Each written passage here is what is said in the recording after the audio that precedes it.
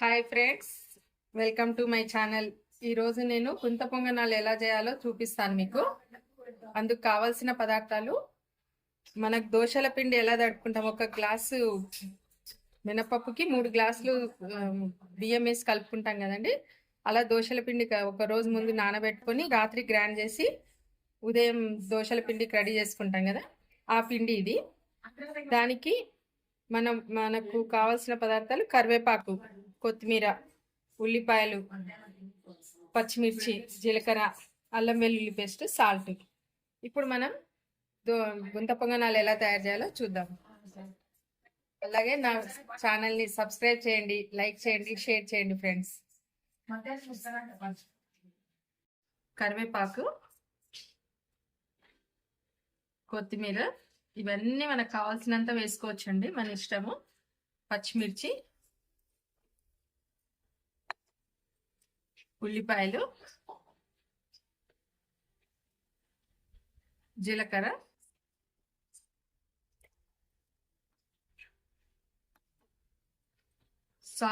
Salt కూడా మీకు తగినంత వేసుకోవచ్చు.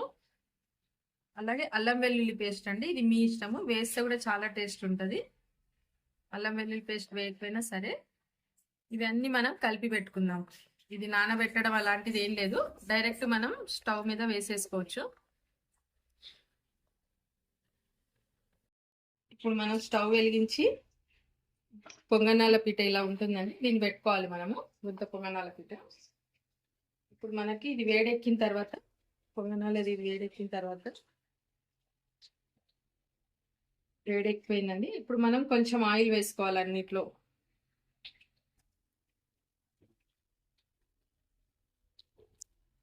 నేను ఇప్పుడు ఇందాక మీకు అన్ని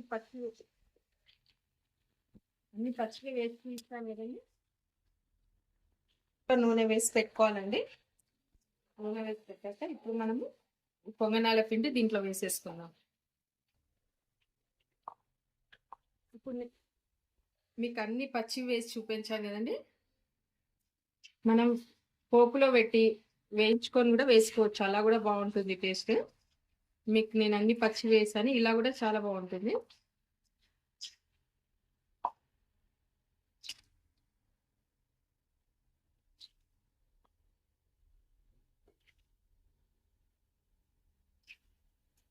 దోశల పిండి ఒకరోజు, దోశలు ఒకరోజు, ఇది ఒక రోజు చేసుకోవచ్చు మనము.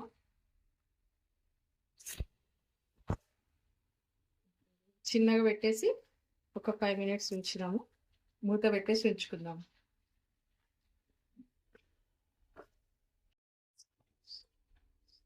ఇప్పుడు మనకి గుంత పొంగనాలు కాగినాయండి, ఒక సైడ్ కానీ తిప్పేసి ఇంకొక సైడ్ కూడా కాలుతాయి. అన్ని ఇట్లా తిప్పేద్దాము, మంచిగా లేస్తాయి అతుక్కోకుండా. టేస్ట్ కూడా చాలా బాగుంటాయి. చట్నీతో తినొచ్చు, లేదా చిన్న పిల్లలైతే ఉట్టిగా కూడా తినేసేయచ్చు. మనం అన్నీ వేసాం దీంట్లో కాబట్టి చేసేయచ్చు. ఇలా మనం అన్ని తిప్పేసుకోవాలండి. వెనక సైడ్ కూడా కొంచెం కాలాలి, వెనక సైడ్ ఒక 2 మినిట్స్ ఉంచుదాం మూత పెట్టేసి. 2 మినిట్స్ అయిపోయిందండి. కొంత పొంగనాలు మంచి వెనక కాలుంటాయి. ఇలా అన్ని కాలిపోతే అన్ని లేస్తాయి. ఇవన్నీ తీసి ఒక గిన్నెలోకి వేసుకుందాము. ఇలా మనం అన్ని ఒక ప్లేట్లోకి తీసుకుందామండి, గుంత పొంగనాలన్నిటిని. ఓకే ఫ్రెండ్స్, మనకి వేడివేడి గుంత పొంగనాలు చట్నీ సాంబార్తో రెడీ అయిపోయింది. వేడివేడిగా చాలా టేస్ట్ ఉంటాయండి. ఒకసారి మీరు ఇలా ట్రై చేసి చూడండి, తిని చూడండి ఫ్రెండ్స్, బాగుంటుంది. చాలా బాగుందండి. మీరు కూడా తిని ఒకసారి టేస్ట్ చూసి కామెంట్ పెట్టండి ఫ్రెండ్స్. Thank you friends.